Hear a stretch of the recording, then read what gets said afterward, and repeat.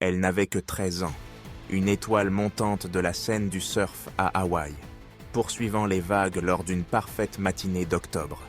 Mais dans le silence sous sa planche, quelque chose d'énorme bougea. D'un seul coup, un requin-tigre lui arracha un bras, la laissant saigner dans l'eau. Ce qui se passa ensuite allait choquer le monde et faire de Bethany Hamilton une icône de la survie. Bethany Hamilton est née avec de l'eau salée dans les veines. Élevée sur l'île de Kauai, elle n'était pas simplement une autre fille sur la plage, mais celle que tout le monde remarquait. À 8 ans, elle participait déjà à des compétitions locales de surf. À 9 ans, elle avait déjà des sponsors.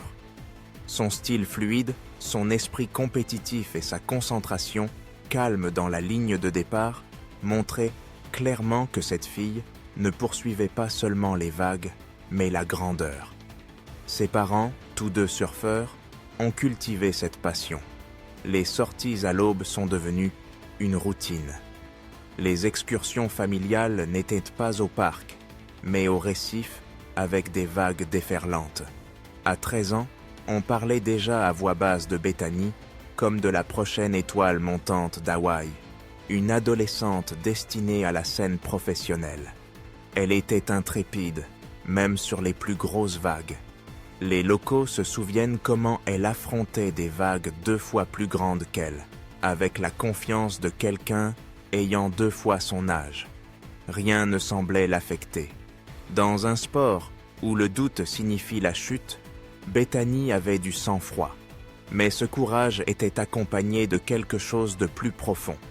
Une foi inébranlable et un optimisme qui semblait émaner d'elle. Tous ceux qui la connaissaient disaient noter la même chose.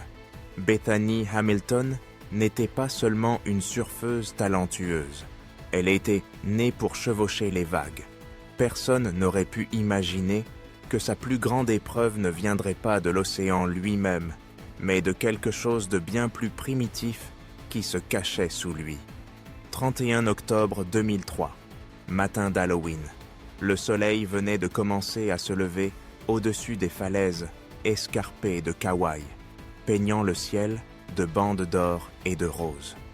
Pour la plupart des enfants de son âge, cette journée signifiait déguisement et bonbons. Mais pour Bethany Hamilton, 13 ans et déjà une étoile montante, cela ne signifiait qu'une chose, les vagues. Elle prit sa planche de surf comme elle le faisait toujours, sa seconde peau, et rejoignit sa meilleure amie, Alana Blanchard, ainsi que la famille d'Alana pour une session matinale à Tunnels Beach. C'était le paradis. Le récif était calme, l'eau lisse comme du verre et l'horizon dégagé. Tout surfeur rêve de journées comme celle-ci. Le groupe pagailla vers le large, plaisantant, rien, ignorant l'ombre silencieuse qui se mouvait sous eux. Bethany se plaça sur la planche, laissant la lumière du matin danser sur l'eau. Le monde était parfait, ordinaire et sûr. Mais la nature a une façon de nous rappeler à quel point cette illusion est fragile. Alors que Bethany se détendait, un bras immergé dans l'eau, l'océan en dessous n'était pas du tout calme. Quelque chose d'énorme, quelque chose d'ancien, était en train d'émerger. En quelques instants, le paradis de ce matin hawaïen allait se briser en un cauchemar qui changerait sa vie à jamais. Bethany flottait sur sa planche, une main glissant dans l'eau, un geste de tranquillité, de confiance en l'océan qu'elle aimait. Mais sous elle, un requin-tigre de 14 pieds s'approchait. Pour le prédateur, la forme de sa planche et le mouvement de son bras signifiaient une seule chose, une proie. Sans avertissement, l'eau éclata. De nulle part, le requin bondit vers le haut avec une force explosive, la bouche ouverte, les dents comme des couteaux dentelés. D'un coup unique et dévastateur, il attrapa le bras gauche de Bethany juste en dessous de l'épaule. Il n'y eut pas le temps de crier, ni de réagir. La morsure fut si puissante, si précise, qu'elle lui coupa complètement le bras. Le requin disparut aussi rapidement qu'il était apparu. laissant une traînée rouge s'étendre dans l'eau turquoise. Bethany resta consciente. Elle ne s'agita pas, ne paniqua pas. À 13 ans, elle comprit en un instant. Son bras avait disparu, sa planche était cassée, et sa vie s'écoulait avec le sang vert. L'eau autour de Bethany devenait rouge, sa planche glissante de sang. Chaque seconde comptait. Un requin-tigre pouvait attaquer à nouveau. Mais ses amis, Alana et Holt Blanchard, n'hésitèrent pas. Ils pagaillèrent Tom juste à côté d'elle, le cœur battant fort, luttant contre la terreur primitive de ce qui se cachait en dessous. Bethany était pâle mais consciente, agrippée à ce qui restait de sa planche avec son bras valide. Sa force diminuait rapidement. Elle avait perdu plus de la moitié de son sang en quelques instants. Pourtant, sa voix était calme, ferme. Elle ne cria pas, elle ne supplia pas. Elle dit simplement « Je dois atteindre la rive ». Holt réagit immédiatement. Il la tira sur sa planche, essayant d'arrêter la blessure avec une pression improvisée, tandis qu'Alana et son père faisaient le tour, scrutant la mer à la recherche de l'ombre qui pouvait revenir. Chaque coup de pagaie était une bataille, contre la panique, contre le temps, contre la mort elle-même. La rive semblait incroyablement lointaine. Pour Bethany, chaque vague était un rappel qu'elle vacillait au bord de la conscience. Pour ses amis, chaque regard vers la traînée carmin qui s'étendait était un cauchemar. Arriverait-il à terre à temps, ou le requin reviendrait-il avant qu'il ne touche le sable?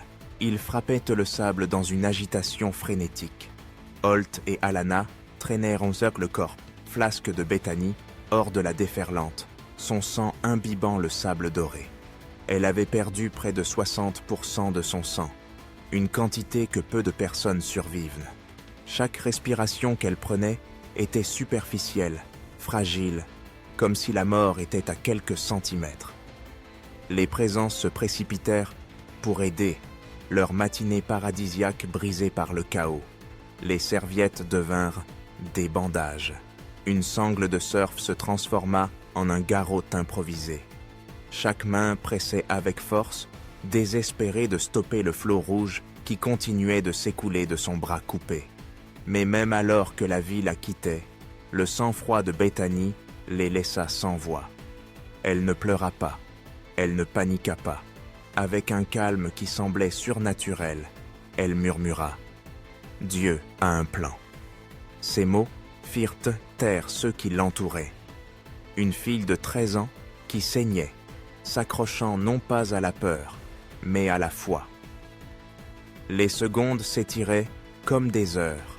Les sirènes hurlaient au loin, le seul son plus fort que le fracas des vagues. Tous connaissaient la vérité. Si l'ambulance n'arrivait pas bientôt, Bethany Hamilton mourait sur cette plage. Ce n'était plus une histoire de surf. C'était une bataille entre le temps, le sang et la force de volonté.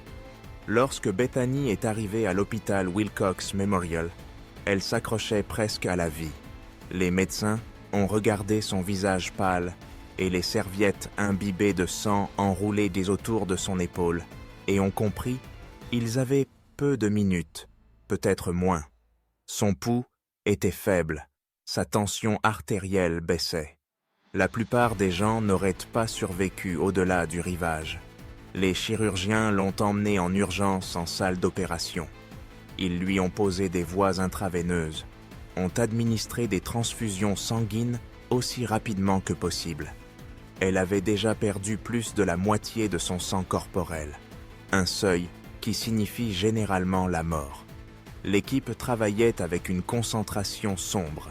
Chaque seconde était un fil mince entre la sauver et la perdre. Pendant que les scalpels coupaient Yan et que les pinces fermaient et les vaisseaux, Bethany oscillait entre conscience et inconscience. Mais elle n'a jamais crié, jamais résisté. Les infirmières diraient plus tard qu'elle se comportait avec un calme inquiétant, même alors que son petit corps gisait brisé sur la table. C'était comme si elle avait déjà décidé « je vivrai ». Des heures plus tard, contre toute attente, son cœur s'est stabilisé. Son corps s'est accroché à la vie alors que la logique disait qu'il ne devrait pas le faire.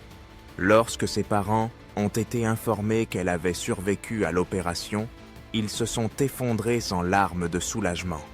Bethany Hamilton, la fille qui avait été déchiquetée par un requin, était vivante. Lorsque Bethany s'est réveillée après l'opération, la réalité l'a frappée comme une vague secondaire. Son bras gauche n'était plus là. Le requin avait pris plus que de la chair. Il avait volé son équilibre, son rythme, le cœur même de son identité de surfeuse. À seulement 13 ans, elle se retrouvait face à un avenir qu'elle n'avait jamais imaginé. Se brosser les cheveux, enfiler son maillot de bain, même porter un verre d'eau, soudain, tout devenait une bataille. Chaque petite tâche devenait un rappel de ce qu'on lui avait arraché en un seul coup. Mais Bethany refusa de s'effondrer. Avec la même calme détermination qui l'avait soutenue pendant l'attaque, elle commença à s'adapter. Elle apprit à boutonner ses vêtements avec le bras qu'il lui restait, à couper sa nourriture avec une technique qui laissait ses médecins perplexes et, surtout, à ramer. Son père fabriqua une poignée sur mesure pour sa planche de surf et bientôt, Bethany retourna à la mer, s'entraînant en secret, déterminée à ne pas se laisser plaindre. Chaque chute, chaque wipe-out, chaque lutte dans l'eau ne faisait que renforcer sa détermination. Alors que la plupart auraient juré d'abandonner la mer pour toujours, Bethany fit un vœu. Perdre un bras ne signifierait pas perdre son rêve. Seulement 26 jours après l'attaque, Bethany était de nouveau sur la plage, la planche sous le bras, l'océan s'étendant devant elle. La plupart des gens pensaient qu'elle était folle. Elle était encore pâle à cause de la perte de sang, ses points de suture encore frais, le corps affaibli. Mais pour Bethany, l'océan n'était pas seulement de l'eau, c'était sa maison et elle ne permettrait pas à la peur de l'en éloigner. La première rame fut brutale. Avec un seul bras, elle tournait sur elle-même, les vagues la renversant encore et encore. Mais elle refusait d'abandonner. Amis et famille l'encourageaient depuis le sable, retenant leur souffle à chaque chute, haletant quand elle remontait, déterminée. Puis c'est arrivé. Elle a pris une vague. Elle s'est levée, un bras poussant contre la planche, les jambes se bloquant en place. Un instant, elle hésita, puis elle volait, surfait. La foule éclata en applaudissements. Ce n'était pas la plus grande vague, ce n'était pas la course la plus parfaite, mais c'était la preuve que le requin ne l'avait pas brisée, la preuve que Bethany Hamilton était toujours une surfeuse. Ce moment n'était pas seulement une survie, c'était une déclaration. Elle ne vivrait pas sa vie dans la peur. 3 mois après l'attaque, Bethany ne surfait pas seulement à nouveau, elle était prête à concourir. À 13 ans, avec un bras en moins, elle s'est approchée de la ligne de départ de la course, la planche serrée contre son flanc. Certains des autres surfeurs la regardaient fixement, d'autres chuchotaient. Peu doutaient qu'elle puisse dépasser le premier tour. L'océan était agité ce jour-là, les vagues imprévisibles, des conditions parfaites pour intimider. Mais Bethany était calme, elle avait déjà affronté quelque chose de bien pire que n'importe quelle vague que l'océan pouvait offrir. Lorsque la corne a retenti, elle a pagayé vers l'extérieur, déterminée. Ses départs étaient pas plus lents, chaque manœuvre plus difficile. Pourtant, vague après vague, elle s'adaptait. Elle ajustait sa position, apprenait à tenir la planche différemment, à tourner avec un bras au lieu de 2. À la fin de sa manche, les chuchotements avaient disparu. Tous les spectateurs savaient qu'ils assistaient à quelque chose d'extraordinaire. Bethany n'a pas seulement concouru, elle s'est positionnée. Face à des surfeurs avec toute leur force, un équilibre total, elle a tenu sa place. Les juges, la foule, Même ses rivaux ont compris. Ce n'était pas une histoire de pitié, c'était une compétitrice. Son retour à la compétition ne concernait pas les trophées. Il s'agissait de transmettre un message, que la résilience, le courage et la force de volonté peuvent surmonter même la perte la plus dévastatrice. La survie de Bethany et son retour au surf sont devenus un phénomène médiatique.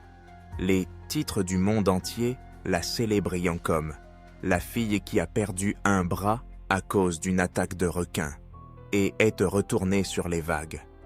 Du jour au lendemain, son nom était partout. Les équipes de télévision envahissaient et les plages de Kauai. Les journalistes s'installaient dans son salon, lui demandant de revivre le moment où le requin l'a attaqué. Documentaires et émissions spéciales repassaient son histoire, encore et encore. Les producteurs hollywoodiens la recherchaient.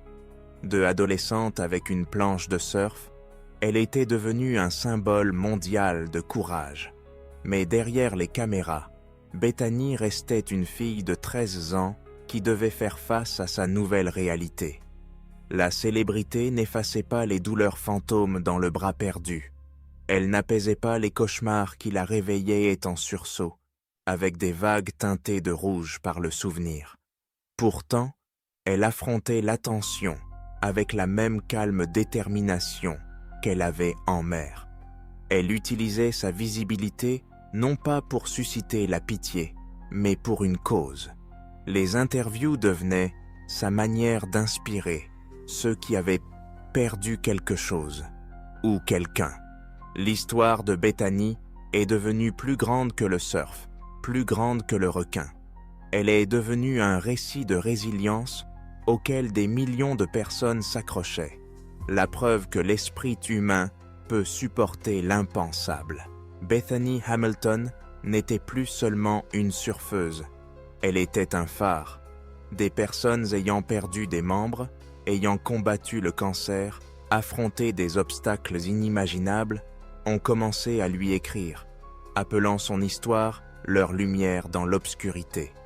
Elle avait 13 ans et pourtant portait le poids d'être un symbole de la force humaine. Chaque fois qu'elle pagaillait avec un bras, les caméras déclenchaient. Chaque fois qu'elle se tenait debout sur sa planche, des inconnus sur la plage applaudissaient. Elle était devenue la preuve vivante que la tragédie ne te définit pas. Ce qui compte, c'est la façon dont tu réagis. Mais être un symbole n'était pas facile. Le monde voyait le triomphe. Peu voyaient la lutte silencieuse en coulisses. La frustration de se coiffer, de fermer une combinaison en néoprène, d'essayer de vivre comme une adolescente normale. Bethany admettait qu'elle avait parfois envie de crier face à l'injustice de tout cela. Pourtant, elle ne laissa pas l'amertume la consumer. Au contraire, elle choisit un but. Bethany devint une voix non seulement pour les surfeurs, mais pour les survivants de toutes sortes. Elle ne poursuivait pas seulement les vagues. Elle montrait au monde que la résilience est plus forte que la peur, et qu'une morsure brutale ne pouvait pas faire taire sa volonté de vivre, de lutter et d'inspirer. Ce matin d'octobre 2003, une seule attaque d'un requin-tigre faillit mettre fin à la vie de Bethany Hamilton. Cela aurait dû la briser, l'effrayer, la rendre réticente à retourner dans l'océan. Au lieu de cela, cela l'a transformée en quelque chose de plus grand. La vue d'une adolescente pagaillant, avec un seul bras, est devenue bien plus qu'un spectacle. C'était un défi lancé à la peur elle-même. Elle avait fait face aux mâchoires du prédateur le plus redouté de la nature et en était sortie vivante. L'océan qui lui avait pris quelque chose, elle choisit de l'aimer à nouveau. Son histoire ne parle pas du requin, ni du sang dans l'eau. Elle parle du moment où elle a décidé de ne pas se laisser définir par la tragédie.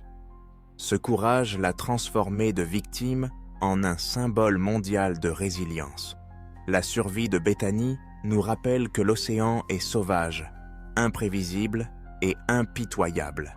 mais elle nous rappelle aussi qu'il y a en l'esprit humain quelque chose d'aussi imparable. Quand les vagues frappotent plus fort et que la vie blesse profondément, nous faisons tous face au même choix que Bethany a affronté, abandonner ou lutter. Bethany a lutté, et ce faisant, elle a donné au monde une raison de croire qu'aucune vague, aucune perte, aucun prédateur ne peut faire taire le courage. La survie de Bethany Hamilton est un rappel que même dans les griffes de la tragédie, l'esprit humain peut renaître. Elle n'est pas seulement retournée à l'eau, elle l'a conquise.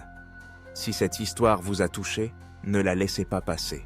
Abonnez-vous et activez les notifications, car la prochaine histoire vous emmènera encore plus profondément dans l'affrontement brutal et implacable entre les humains et la nature.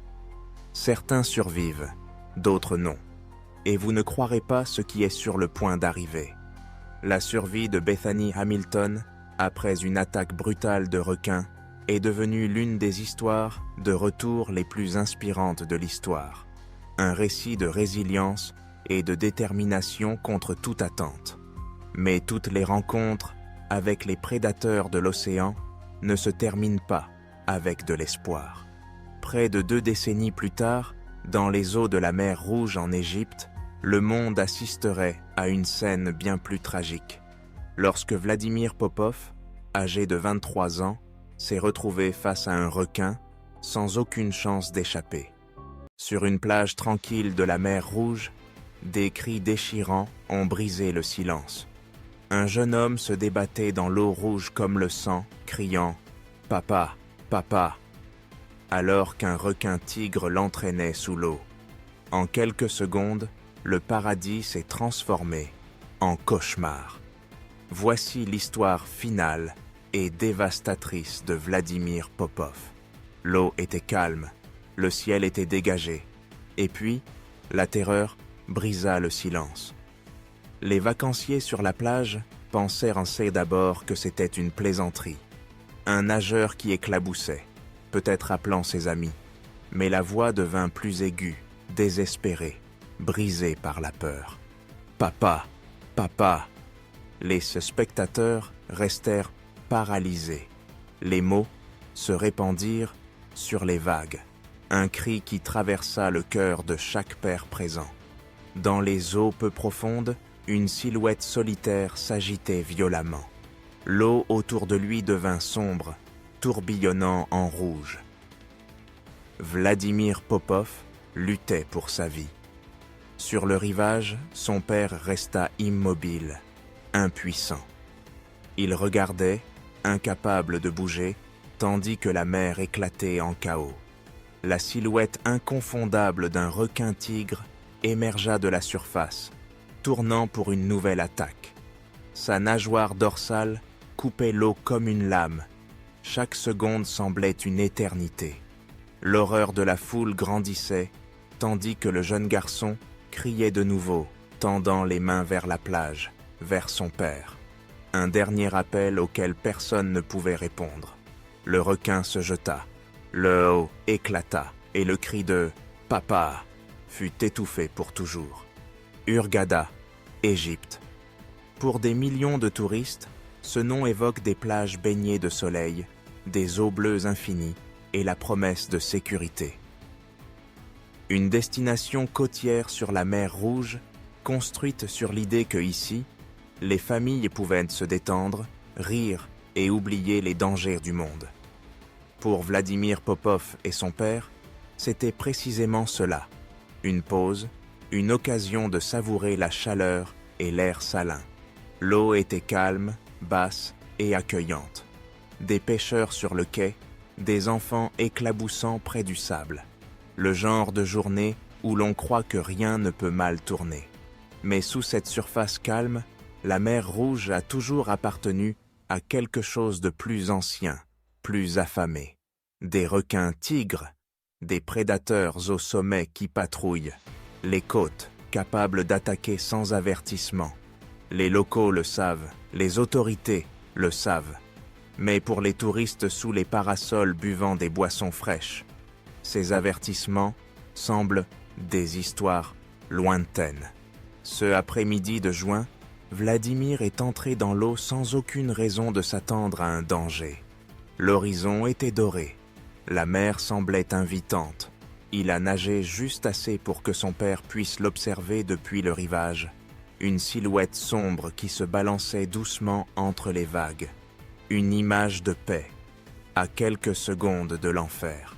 Au début, personne sur la plage ne se rendait compte de ce qu'il voyait. Un éclaboussement dans le haut, un nageur qui bougeait de manière étrange. Certains ont même ri, pensant que Vladimir jouait, plongeant sous les vagues. Puis est venu le cri. Ce n'était pas joueur, ce n'était pas fin, c'était le son de la panique pure, un cri arraché directement de l'âme. Les têtes se sont tournées, les familles ont laissé tomber leurs boissons. Une mère a serré son fils dans ses bras. « Papa, papa !» Les mots ont résonné à travers la mer Rouge. Son père a fait un pas en avant, la confusion s'est rapidement transformée en horreur. Il pouvait voir son fils s'agiter, les bras frappant l'eau, pas pour jouer, mais par désespoir. Et puis, la nageoire. Un triangle noir a brisé la surface, coupant les vagues avec une précision glaçante. Un requin-tigre de 3 mètres de long, tournant en cercle, tâtonnant. L'assaut a ondulé, puis a explosé alors que le prédateur s'approchait. Les vacanciers ont couru vers le rivage, criant, demandant que quelqu'un aide. Mais il n'y avait aucun sauveteur, aucun bateau assez proche, juste une foule figée dans l'incrédulité, tandis que le jeune homme luttait contre quelque chose qu'aucun être humain ne pouvait vaincre. Le paradis d'il y a quelques instants s'était transformé en un théâtre de la mort. Et tout le monde savait, ce n'était pas une histoire de sauvetage en cours. La mer a explosé.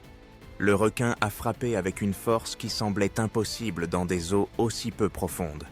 Sa tête massive s'est levée vers le haut, les mâchoires se sont largement ouvertes.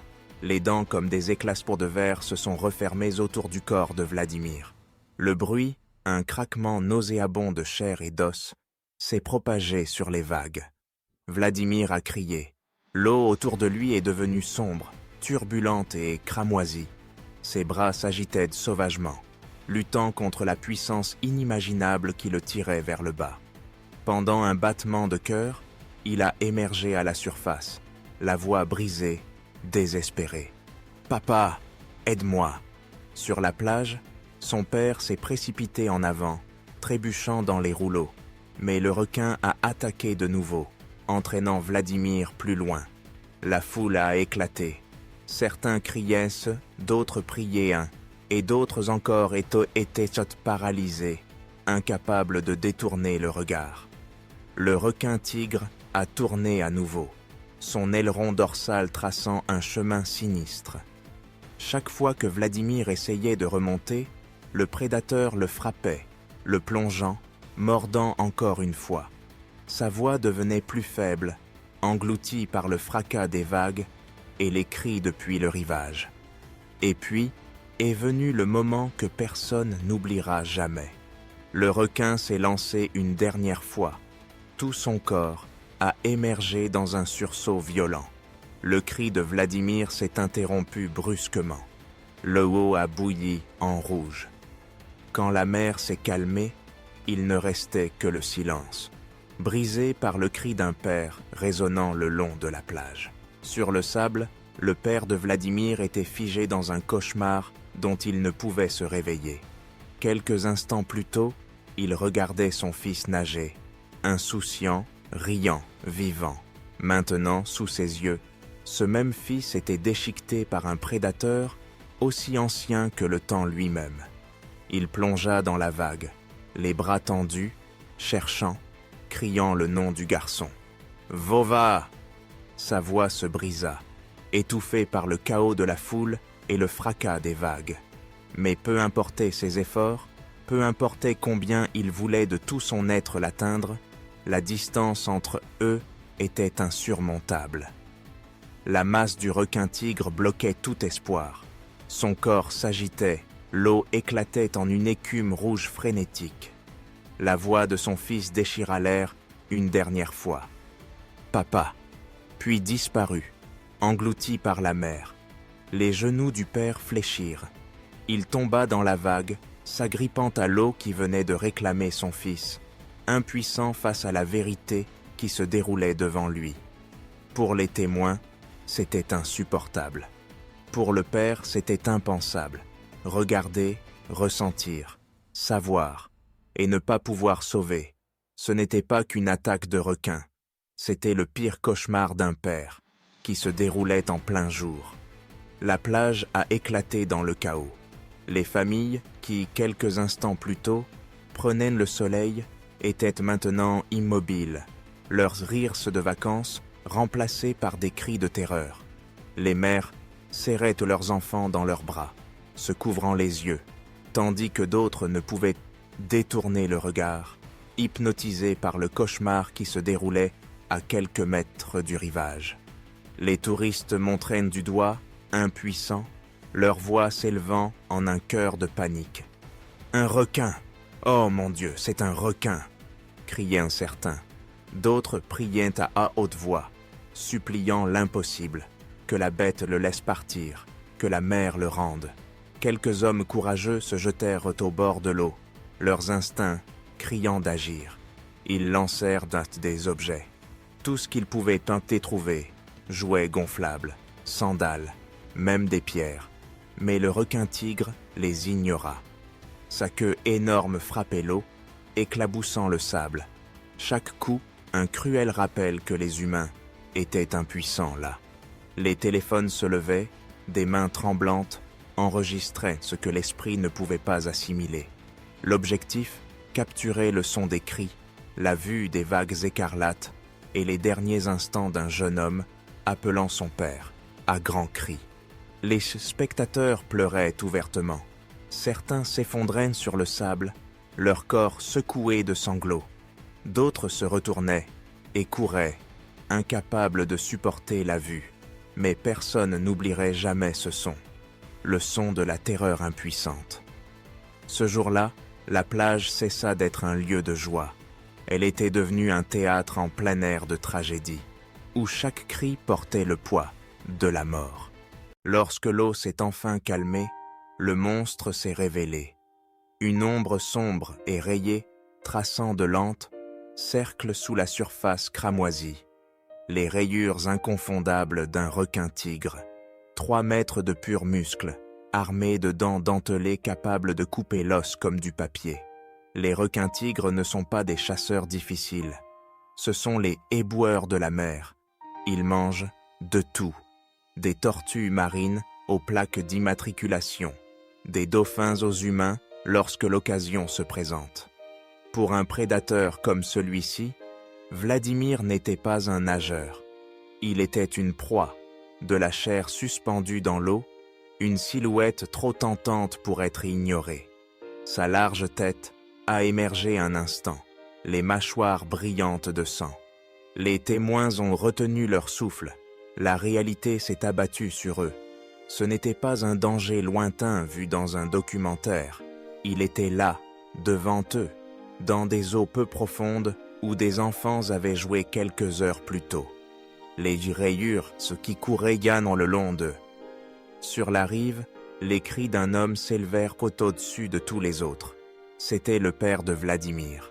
Au début, il resta immobile, les mains tremblantes, les yeux fixés sur le cauchemar qui se déroulait à quelques mètres. Puis, alors que l'eau devenait rouge, sa voix se brisa en un cri que personne parmi les présents n'oublierait jamais. « Papa, papa !» Les dernières paroles de son fils résonnaient encore à ses oreilles. Son corps s'effondra sur le sable, ses poings frappaient le sol. Son angoisse déchirait l'air comme une blessure audible. Certains témoins tentèrent de l'arrêter, craignant qu'il ne se jette à l'eau dans une tentative désespérée d'atteindre le garçon. Mais il ne bougea pas. Il ne pouvait pas. Il était enchaîné par la pire malédiction qu'un père puisse supporter. Voir son propre fils mourir devant lui sans pouvoir rien faire pour l'arrêter. Les présents pleurèrent avec lui. Certains se détournèrent, incapables de croiser son regard. D'autres dirent ensuite que leurs pleurs les poursuivaient. Lorsque la mer se calma enfin, le silence tombe sur la plage comme une couverture étouffante. Les cris se sont tus, les éclaboussures ont disparu. Il ne restait plus que la tache cramoisie dans l'eau, preuve de ce que tous venaient sans être de voir. Certaines personnes tombèrent à genoux, sanglotant. D'autres reculèrent en titubant, les mains sur la bouche, les yeux grands ouverts, comme s'ils ne pouvaient pas croire ce qu'ils avaient vu. Certains serraient leurs enfants dans leurs bras et les éloignaient rapidement, les protégeant de la vue. Mais personne ne pouvait protéger personne du souvenir.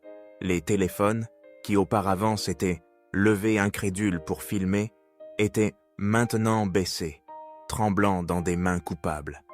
Plus tard, beaucoup admettraient qu'ils auraient souhaité ne pas avoir appuyé sur le bouton d'enregistrement. Voir l'horreur sur un écran ne pourrait jamais capturer la pure dévastation d'être là, les pieds dans le sable, tandis qu'un homme était dévoré vivant. Les touristes étaient en groupe, chuchotant, tremblant, incapables de comprendre qu'il y a quelques minutes, ils prenaient le soleil, riaient, vivaient au paradis. Maintenant, ce paradis était détruit. Et sur le rivage, il y avait le père de Vladimir. Une coquille d'homme, les sanglots secouaient son corps, tandis que des inconnus étaient autour de lui, en silence, incapables d'offrir des mots. Car quelle parole pourrait exister face à un tel cauchemar? Personne ne nagea, personne n'osa s'approcher de l'eau. La mer Rouge, quelques instants plus tôt si invitante, s'était transformée en autre chose. Une tombe. La mer Rouge ne s'est pas arrêtée. Alors que la plage restait figée par le choc, les autorités sont intervenues. La police locale, la garde côtière et les plongeurs se sont précipités vers le rivage avec une détermination sombre. La nouvelle s'est rapidement répandue. Un requin-tigre avait attaqué et il était toujours là dehors. Les pêcheurs du port voisin savaient ce que cela signifiait. Ils ont rapidement sorti leur bateau, scrutant l'eau avec des yeux aguerris par des années en mer. Ces hommes avaient toujours respecté les prédateurs sous la surface. Mais maintenant, la chasse devenait personnelle. En quelques heures, une petite flotte de bateaux s'est lancée sur les vagues teintées de carmin. Les moteurs rugissaient, les filets et les hameçons étaient prêts. Et chaque regard cherchait une ombre glissant juste sous la surface. Les témoins ont dit que le requin était énorme, presque 3 mètres de long. Quelque part dans les profondeurs, il tournait en rond, peut-être encore agité, encore affamé. Puis est venu le cri. Une nageoire dorsale fendait l'eau. Le prédateur qui venait de déchirer un homme glissait maintenant à portée des bateaux. La chasse avait commencé. Pendant de longues minutes, les hommes ont lutté contre la mer et la bête. Les filets se sont tendus, les cordes ont été mises à rude épreuve, et quand ils l'ont finalement tiré à bord, le requin s'est débattu violemment, son corps frappant le pont. La même force qui avait arraché la vie à Vladimir secouait maintenant le bateau lui-même. Les spectateurs s'étaient massés sur le quai, silencieux, les yeux fixés sur le prédateur. Certains ressentaient du soulagement, d'autres seulement de la douleur. Car peu importait les coups portés, peu importait la capture définitive, rien ne pouvait effacer les cris qui flottaient encore dans l'air. Sur le sable, il resta immobile, un père regardant le ressac, impuissant, tandis que la mère emportait son fils. Il avait entendu les cris. « Papa, papa !» Ces mots le déchirèrent, s'inscrivant dans son âme. Chaque instinct en lui criait de se jeter à l'eau chaude, de lutter, de sauver. Mais face à l'océan et à son prédateur le plus impitoyable, il était sans défense. Il ne pouvait que regarder. Chaque mouvement de l'eau, chaque tache rouge qui s'étendait sur les vagues, s'inscrivant dans un cauchemar dont il ne se réveillerait jamais. Les hauts témoins dirent ensuite que son visage exprimait quelque chose au-delà de la douleur. C'était quelque chose de primordial, l'amour d'un père confronté à la réalité crue et impitoyable de la nature. Il avait élevé son fils, l'avait vu grandir, avait ri avec lui, s'était disputé avec lui, avait partagé une vie. Et en quelques secondes, tout fut arraché devant ses yeux. Quand l'eau se calma et que la plage retrouva le silence, le père s'effondra, non pas de fatigue, mais de désespoir. Il avait vécu ce qu'aucun père ne devrait supporter, entendre son fils appeler son nom dans ses derniers instants, et ne pas pouvoir l'atteindre. Ce ne fut pas seulement une attaque de requin, ce fut la rupture d'un lien témoigné par des dizaines, ressenti par des millions qui virent ensuite la vidéo. Et pour ce père, la mer Rouge ne serait plus jamais qu'une simple étendue d'eau. C'était la tombe qui avait englouti son fils. La mer s'était calmée à nouveau. Mais le silence n'apportait pas la paix. Sur cette plage, les cris flottaient encore dans l'air, gravés dans la mémoire de chaque témoin.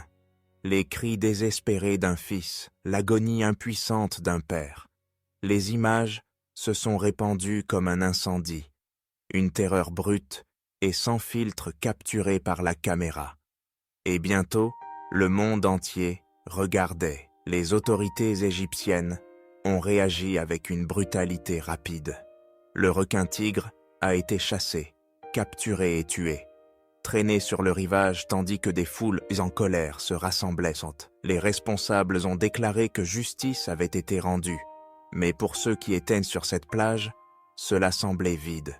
Une vie avait été perdue et aucun acte de vengeance ne pouvait la ramener.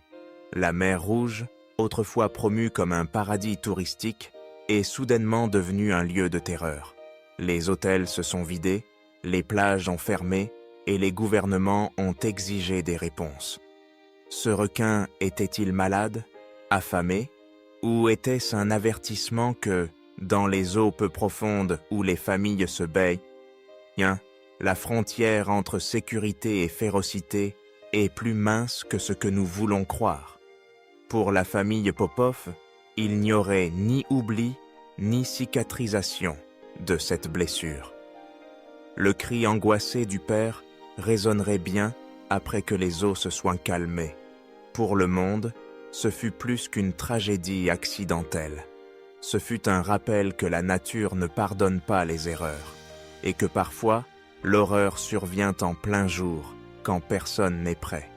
Le dernier mot de Vladimir avait été « papa », et avec lui, il laissait derrière lui non seulement le cœur brisé d'un père, mais un écho froid de notre vulnérabilité. Le cri désespéré d'un père, la dernière supplique d'un fils, une plage paradisiaque transformée en un cauchemar dont le monde ne pouvait détourner le regard. Des histoires comme celle-ci nous rappellent que la beauté de la nature cache une lame tranchante, et quand elle frappe, les vies changent en un instant. Si cette histoire vous a touché, il y a d'autres tragédies, d'autres récits de survie, d'autres moments qui montrent à quel point nous sommes vraiment fragiles. Abonnez-vous maintenant. Ainsi, vous ne manquerez jamais le prochain chapitre, parce que la prochaine histoire est encore plus sombre.